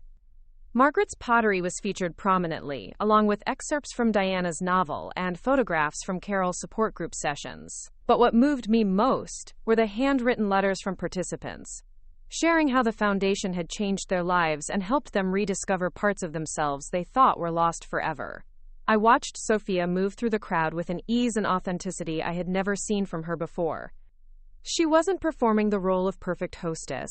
She was genuinely connecting with guests, sharing stories about the foundation's work, and facilitating conversations between donors and program participants. When she introduced me to potential supporters, she spoke about my vision and accomplishments with a respect and admiration that felt completely genuine. The formal program began with Sarah Chen presenting an overview of our achievements and future goals. The statistics were impressive. Over 300 women had participated in our programs, with 92% reporting significant improvements in their sense of personal identity and life satisfaction. We had established partnerships with universities, healthcare systems, and community organizations to expand our reach and develop innovative approaches to women's empowerment. But the real power of the evening came from the personal testimonies. 3 program participants spoke about their experiences, sharing stories of transformation that brought many audience members to tears. Linda, a 70-year-old former nurse who had spent 20 years caring for her disabled husband, described how our creative writing workshop had helped her process decades of suppressed grief and discover a talent for poetry that was now bringing her international recognition. Susan, a 65-year-old grandmother who had raised her grandchildren after her daughter's death, spoke about how our entrepreneurship program had enabled her to start a successful catering business that was now supporting her extended family while giving her a sense of personal accomplishment she had never experienced before. When it was my turn to speak, I looked out at the audience of donors, volunteers, and program participants and felt overwhelmed by gratitude for the journey that had brought me to this moment. 6 months ago, I began, I was a woman who had spent decades making herself invisible, measuring her worth by her usefulness to others, and accepting treatment that fell far short of what she deserved because she didn't believe she had the right to demand better. I could see Marcus and Sophia in the front row, both listening intently, both visibly moved by my words. The foundation exists because I learned that I am not the only woman who had lost herself in service to others, who had forgotten that she had value beyond what she could provide for other people, who had accepted invisibility as the price of being loved.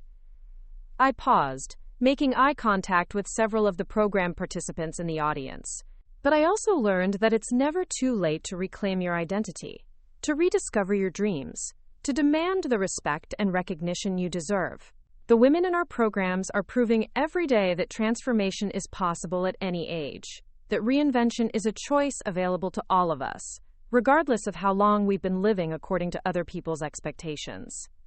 The applause was thunderous, but what moved me most was seeing the faces of the women whose lives had been changed by our work. They weren't just applauding my words, they were celebrating their own courage and choosing to rebuild their lives according to their own visions rather than other people's needs. The evening raised over $2 million for the foundation, but more importantly, it established connections and partnerships that would enable us to expand our work exponentially. Several attendees approached me with offers to establish satellite programs in their communities, and 3 major corporations expressed interest in providing funding for workplace programs designed to support women transitioning back into careers after extended caregiving periods.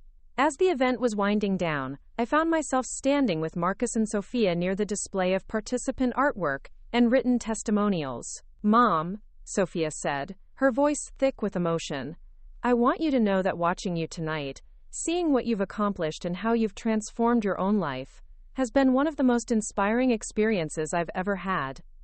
You've shown all of us what's possible when someone refuses to accept being diminished," Marcus added. "You've shown us what courage looks like." I looked at these 2 people who had once seen me as nothing more than a convenient source of unpaid domestic labor, and I saw genuine respect, admiration, and love in their eyes. The transformation in our relationships hadn't been easy or quick, but it had been real and lasting. "Thank you both," I said, "for being willing to grow, to change, to see me differently than you had before. For supporting this work that means so much to me." "Thank you for not giving up on us," Sophia replied. "Thank you for believing that we could be better than we were." As we drove home that night, I reflected on the extraordinary journey that had brought me to this point. A year ago, I had been a woman who defined herself through her service to others, who accepted scraps of attention and appreciation as adequate payment for her labor and love. who had convinced herself that being useful was the same as being valued. Tonight, I was a woman who had reclaimed her power, her identity, and her right to be seen and respected for who she truly was. I had built something meaningful that would outlast my lifetime, created opportunities for other women to rediscover their own worth, and established relationships based on genuine mutual respect rather than convenient exploitation. The house on Maple Street was still modest compared to what I could afford, but it no longer felt like a limitation. It felt like a choice, a conscious decision to live according to my own values rather than other people's expectations. The peeling wallpaper had been replaced with art that reflected my interests. The creaky floors had been repaired and refinished to gleam with warm honey tones, and the rattling furnace had been replaced with an efficient system that kept the house comfortable year-round. But the most significant change wasn't in the physical improvements to my home or the impressive growth of my foundation. The most significant change was in how I saw myself and how I allowed others to treat me. I was no longer a woman who made herself small to avoid conflict, or who measured her worth by her willingness to sacrifice her own needs for other people's convenience. I was Flossie Reed, philanthropist, investor, advocate for women's empowerment, and someone who had learned that it's never too late to stop hiding and start living as the powerful, valuable, extraordinary person you've always been. The next morning, I woke up in my renovated bedroom, with sunlight streaming through windows that now showcased the beautiful garden I had created for my own enjoyment. My phone showed several messages from foundation staff, potential donors, and program participants, all excited about the momentum generated by the previous evening's event. But the message that brought me the greatest satisfaction was a simple text from Sophia. Thank you for teaching me what real strength looks like. I'm grateful every day that you didn't let me continue treating you badly. You deserved better, and I'm honored to be part of giving you better. I smiled as I read her words, then got up to make coffee in my beautiful kitchen and plan another day of living authentically as exactly who I was meant to be. The woman who could afford anything had finally given herself the most valuable gift of all, the freedom to live without hiding, to demand respect without apology, and to use her power in service of lifting up other women who were ready to reclaim their own extraordinary lives. It had taken 74 years, but Flossie Reed had finally learned that being worth more than Bezos meant nothing if you didn't first understand that you were worth everything simply by being yourself. 3 years had passed since that transformative evening at the fundraising gala, and the Reed Women's Empowerment Foundation had grown beyond anything I had initially envisioned. What started as a $50 million statement of independence had evolved into a billion-dollar enterprise spanning 12 cities across North America, with international expansion plans already in motion. The foundation now operated residential centers, online programs, mobile outreach units, and corporate partnership initiatives that were fundamentally changing how society viewed women's transitions and second-act careers. But this morning, as I sat in my redesigned home office reviewing the quarterly impact reports, I wasn't thinking about statistics or expansion plans. I was thinking about Eleanor, my dear friend, who had encouraged me to value myself more during those dark days, when I was still accepting crumbs of attention in exchange for endless domestic labor. Eleanor had passed away peacefully in her sleep 2 weeks ago, and today was her memorial service. The irony wasn't lost on me that Eleanor, who had seen my worth when I couldn't see it myself, had never lived to witness the full scope of what I had become. She had cheered enthusiastically when the foundation was first announced, had attended several of our early events, and had even participated in some of our pilot programs as a volunteer mentor. But her failing health over the past year had limited her involvement, and now she was gone, leaving me with the bittersweet knowledge that her faith in me had been justified in ways she would never fully know.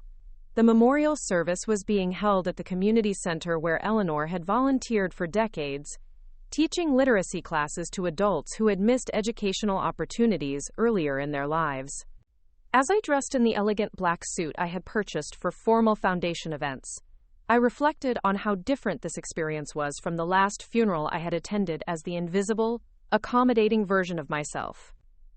When Harold died 15 years ago, I had approached his funeral as a supporting character in the story of his life, focused entirely on making sure everyone else was comfortable, that the arrangements honored his memory, that the family's needs were met.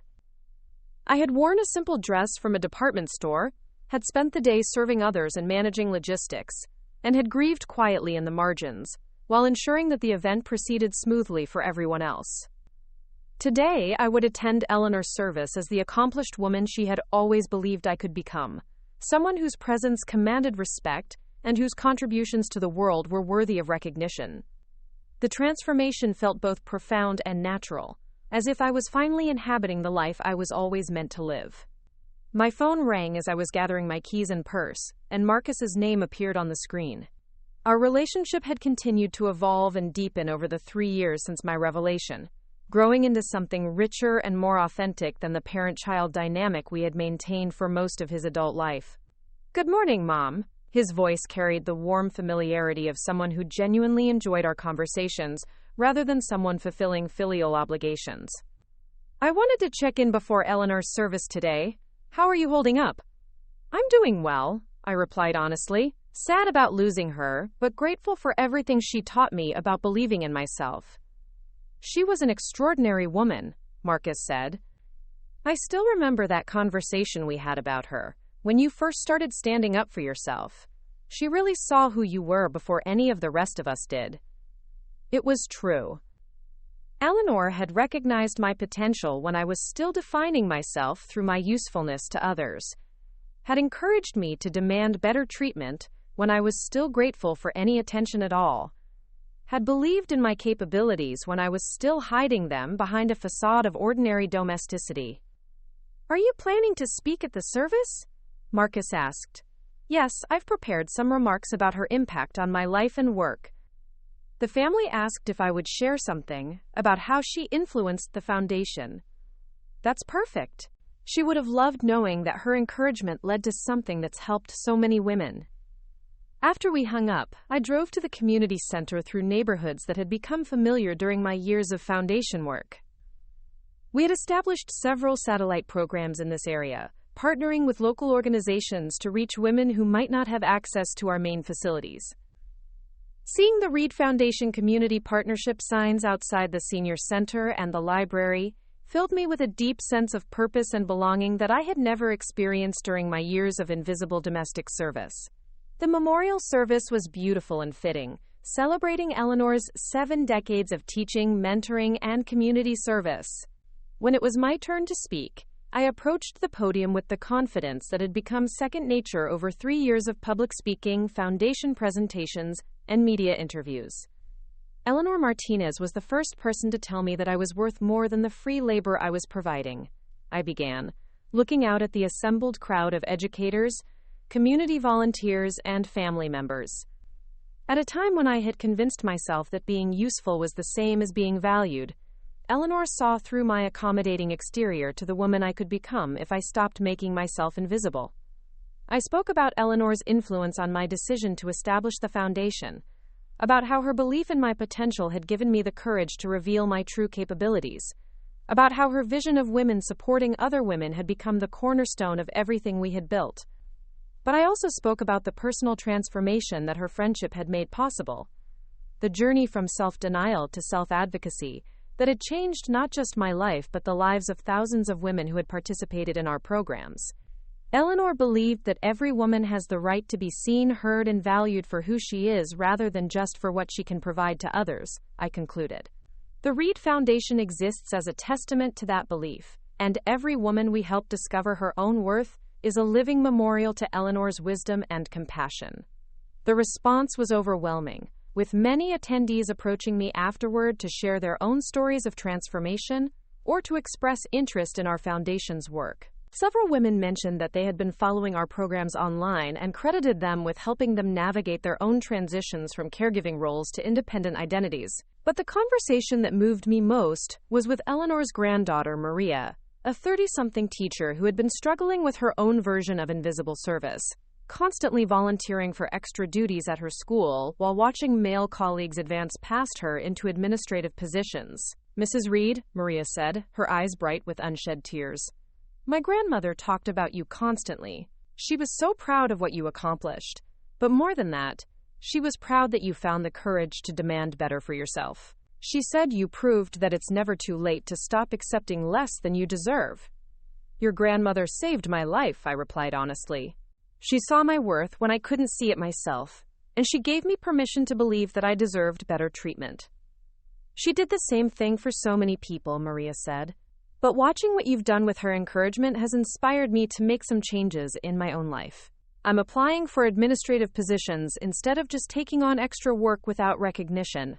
I'm using my voice in faculty meetings instead of staying quiet to avoid conflict. Eleanor would be so proud of that, I said, giving Maria a warm hug. She believed that women supporting other women was the key to changing everything. After the service, I drove to the Foundation's main facility, needing the comfort of being surrounded by the tangible evidence of the positive change that had grown from those difficult conversations with Sophia and Marcus 3 years ago. The building was bustling with activity even on a Saturday, with weekend workshops, support groups, and planning meetings for upcoming programs. Sarah Chen found me in my office, where I was reviewing applications for our newest initiative, a program designed to help women over 60 start their own businesses with mentorship and microloan support. How was Eleanor's service? Sarah asked, settling into one of the comfortable chairs I had arranged for informal meetings. Beautiful and fitting, I replied. It reminded me how much one person's belief in another can change the trajectory of someone's entire life. Speaking of changing trajectories, Sarah said with the excitement that always preceded her announcements of new developments, I have some news that I think will make you very happy. What kind of news? Remember Dr. Jennifer Walsh, the researcher from Stanford who's been studying the long-term impacts of our programs? I nodded. Dr. Walsh had been conducting a comprehensive longitudinal study of our participants, tracking not just their immediate responses to our programs, but their sustained changes in self-perception, life satisfaction, and personal achievement over time. She just submitted her preliminary findings to the Journal of Women's Health and Aging, Sarah continued. The results are extraordinary. Participants in our residential programs show an average improvement of 47% in measures of personal agency and life satisfaction that persists for at least 2 years after program completion. That's remarkable, I said, feeling the familiar thrill that came from seeing our work validated by rigorous research. But that's not the best part, Sarah said, leaning forward with barely contained enthusiasm. The study also found that participants' family relationships improved significantly, with family members reporting increased respect and appreciation for the women after they completed our programs. The findings resonated deeply with my own experience. The transformation in my relationships with Marcus and Sophia hadn't been a side effect of my personal growth. It had been a direct result of demanding better treatment and refusing to accept relationships built on exploitation rather than genuine care. Dr. Walsh wants to expand the study to include family members as interview subjects, Sarah continued. She thinks our model could revolutionize how society approaches aging and family dynamics, especially for women who have spent decades in caregiving roles. As Sarah and I discussed the implications of the research findings, I thought about how far we had come from that first desperate phone call to Eleanor, when I was struggling to understand why I felt so invisible and undervalued despite my constant efforts to be helpful. The foundation had grown from a personal act of rebellion into a movement that was genuinely changing lives and relationships on a scale I had never imagined possible. That evening, I returned home to find an unexpected gathering in my backyard. Marcus and Sophia had apparently coordinated with my housekeeper to set up a small celebration in Eleanor's memory, complete with her favorite flowers and a selection of dishes inspired by recipes she had shared over the years. We wanted to honor Eleanor's memory and celebrate her influence on our family, Sophia explained as she embraced me warmly. She was instrumental in helping us all become better versions of ourselves. The 3 years since my revelation had been transformative for Sophia as well. She had completed her therapy, started her own consulting business, helping other women navigate work-life balance challenges, and become one of the Foundation's most effective volunteer coordinators. But more importantly, she had learned to build relationships based on genuine mutual support, rather than the manipulation and exploitation that had characterized her interactions with me. I've been thinking about Eleanor's influence on our family, Marcus said as we sat around the table sharing memories and enjoying the meal Sophia had prepared. She didn't just help Mom find her voice, she helped all of us learn how to listen to it. It was true, Eleanor's encouragement had given me the courage to demand better treatment, but it had also forced Marcus and Sophia to examine their own behavior and assumptions about relationships, respect, and reciprocity. The changes in our family dynamics had rippled outward, affecting how they interacted with friends, colleagues, and even each other. "I received some interesting news today," I said, sharing Dr. Walsh's research findings with them. "It seems that our foundation's impact extends beyond the women who participate directly in our programs." "How so?" Sophia asked. "The research shows that family relationships improve significantly when women reclaim their sense of personal agency and self-worth. When women stop accepting less than they deserve, everyone around them has to step up and offer better." Marcus nodded thoughtfully. "That makes sense. When you stopped being available for exploitation, we had to learn how to have genuine relationships with you, instead of just using you as a convenient resource. And when we learned to treat you with the respect you deserved," Sophia added, "it changed how we approach all of our relationships. I think I'm a better friend, colleague, and wife because of what you taught me about recognizing and valuing people's worth." As the evening continued, we shared stories about Eleanor's impact on each of our lives, but we also talked about the future. Marcus had been promoted to partner at his law firm and was considering specializing in nonprofit law so he could provide legal services to organizations like ours. Sophia's consulting business was thriving, and she had been invited to speak at several conferences about empowering women in corporate environments. But the news that surprised me most came when they announced that they had decided to establish their own foundation, focused on supporting family caregivers and helping families develop more equitable distributions of domestic responsibilities. "We want to help other families avoid the mistakes we made," Sophia explained. "We want to create resources for families to recognize when their dynamics have become exploitative, and to develop healthier patterns of mutual support." "Eleanor would have loved that," I said, feeling tears of gratitude and pride forming in my eyes. She always believed that personal transformation should lead to broader social change. The next morning, I woke early and drove to the small cemetery where Eleanor was buried, wanting some quiet time to process everything that had happened and to reflect on the journey that had brought me to this point.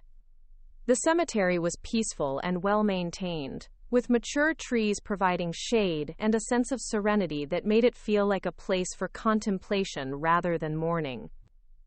Eleanor's grave was marked with a simple headstone that listed her years of life and the inscription, quote, "Beloved teacher, mentor, and friend." Someone had already placed fresh flowers, and I added the bouquet of sunflowers I had brought, remembering how much she had loved their cheerful persistence in growing toward the light. As I sat on the small bench near her grave, I thought about the conversation we had shared that afternoon when I first began to question whether being constantly available for other people's needs was really the highest expression of love and family commitment. Eleanor had listened patiently to my confusion and hurt, then had asked me a question that changed everything. "Flossie, if someone only valued you for what you could do for them, would that feel like love to you?" The question had forced me to acknowledge that what I was experiencing in my relationships with Marcus and Sophia wasn't actually love or appreciation, but exploitation disguised as family obligation. Eleanor had helped me see that accepting poor treatment wasn't noble or self-sacrificing. It was simply accepting poor treatment. But Eleanor had also given me something even more valuable than that insight. She had given me permission to believe that I deserved better, that my needs and preferences mattered, that I had the right to demand respect and reciprocity in my relationships. She had seen my potential when I couldn't see it myself, and had encouraged me to step into my power when I was still afraid that doing so would cost me the relationships I treasured. "Thank you," I said quietly, speaking to Eleanor's memory and to the transformative influence she had been in my life. "Thank you for seeing who I could become when I was still hiding from who I was." As I drove home, my phone rang with a call from Patricia, my financial advisor, who had been instrumental in helping me structure the foundation and manage the dramatic expansion of my philanthropic activities. "Flossie, I have some news that I think you'll find interesting," Patricia said. "Forbes wants to include you in their feature on philanthropists who are changing the landscape of charitable giving. They're particularly interested in your model of supporting women's empowerment and the measurable impact your programs are having." The recognition felt gratifying, but what pleased me most was the opportunity to share our story and potentially inspire other women to examine their own relationships and demand better treatment. They also want to discuss your investment philosophy, Patricia continued. Apparently, your approach of combining financial success with social impact is getting attention in academic circles as well as philanthropic ones. It was true that my investment strategy had evolved significantly since revealing my wealth. Instead of simply maximizing returns, I had begun directing my resources toward companies and initiatives that aligned with my values around women's empowerment and social justice. The approach had proven both financially successful and personally satisfying, demonstrating that doing good and doing well weren't mutually exclusive goals. I'd be happy to participate in the interview, I told Patricia. If sharing our story can help other women recognize their own worth and demand better treatment, then the publicity will serve a valuable purpose. That afternoon, I spent time in my garden, tending to the flowers and vegetables I had planted as part of my commitment to creating beauty and meaning in my own life, rather than just facilitating other people's visions of success. The garden had become a meditation space where I could reflect on the journey from invisibility to empowerment, from accommodation to advocacy. As I worked among the tomato plants and rose bushes, I thought about the thousands of women who had participated in our foundation programs over the past 3 years. Each one had arrived carrying some version of the story I had lived, believing that their worth was measured by their usefulness, that their needs came last, that accepting poor treatment was the price of being loved. But each one had also left with something precious: the knowledge that they deserved better, the tools to demand it, and the support to sustain the changes they made in their lives. Some had started new careers, others had ended relationships that no longer served them, and many had simply learned to speak up for themselves in situations where they had previously remained silent. The ripple effects were immeasurable. Women who learned to value themselves began teaching their daughters and granddaughters to value themselves as well. Families that were forced to develop more equitable dynamics became models for their communities. Organizations that learned to support women's empowerment found that their overall culture and productivity improved. Eleanor had been right. Personal transformation inevitably led to broader social change, and every woman who learned to demand respect and reciprocity in her relationships was contributing to a larger shift in how society viewed women's worth and potential. As the sun set over my garden, I felt a deep sense of satisfaction and purpose that had nothing to do with external recognition or achievements.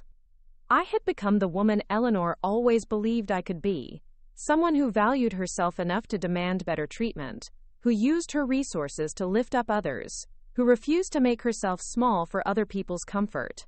The house on Maple Street was still my home, but it no longer represented limitation or invisibility. It represented choice, authenticity, and the power that came from living according to my own values rather than other people's expectations. The foundation continued to grow and evolve, but its success was measured not just in dollars raised or programs launched, but in lives transformed and relationships healed. Most importantly, I had learned that being worth more than Bezos meant nothing if you didn't first understand that you were worth everything simply by being yourself. Eleanor had taught me that lesson, and now it was my privilege to pass it on to other women who were ready to stop hiding and start living as the extraordinary people they had always been. The woman who had once measured her worth by her willingness to chop vegetables and organize closets had become someone who changed lives, challenged systems, and created lasting positive change in the world. It had taken 74 years and Eleanor's unwavering belief in my potential, but I had finally learned to live as the powerful, valuable, extraordinary woman I was always meant to be. And every day, in small ways and large ones, I continued to honor Eleanor's memory by helping other women discover that same truth about themselves.